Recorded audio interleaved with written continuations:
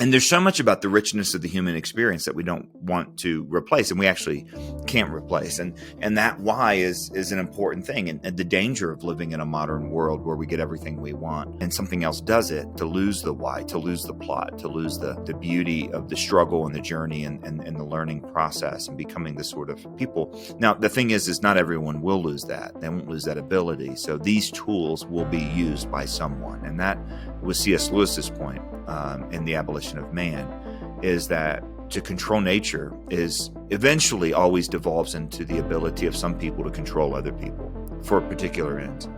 And if we all let, kind of the growing world of artificial intelligence do the work that we were all created to do, there will be people that do not forget that these things are actually tools to be used for particular ends, and we'll use those tools for particular ends like every other technology. Artificial intelligence is the new kind of ethical quandary for people of faith.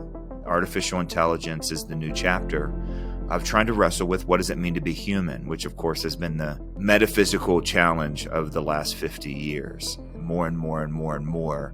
Not only can we break down boundaries of human behavior, but can we break down boundaries of human constraint and human identity? And that certainly has become the case, both philosophically and technologically.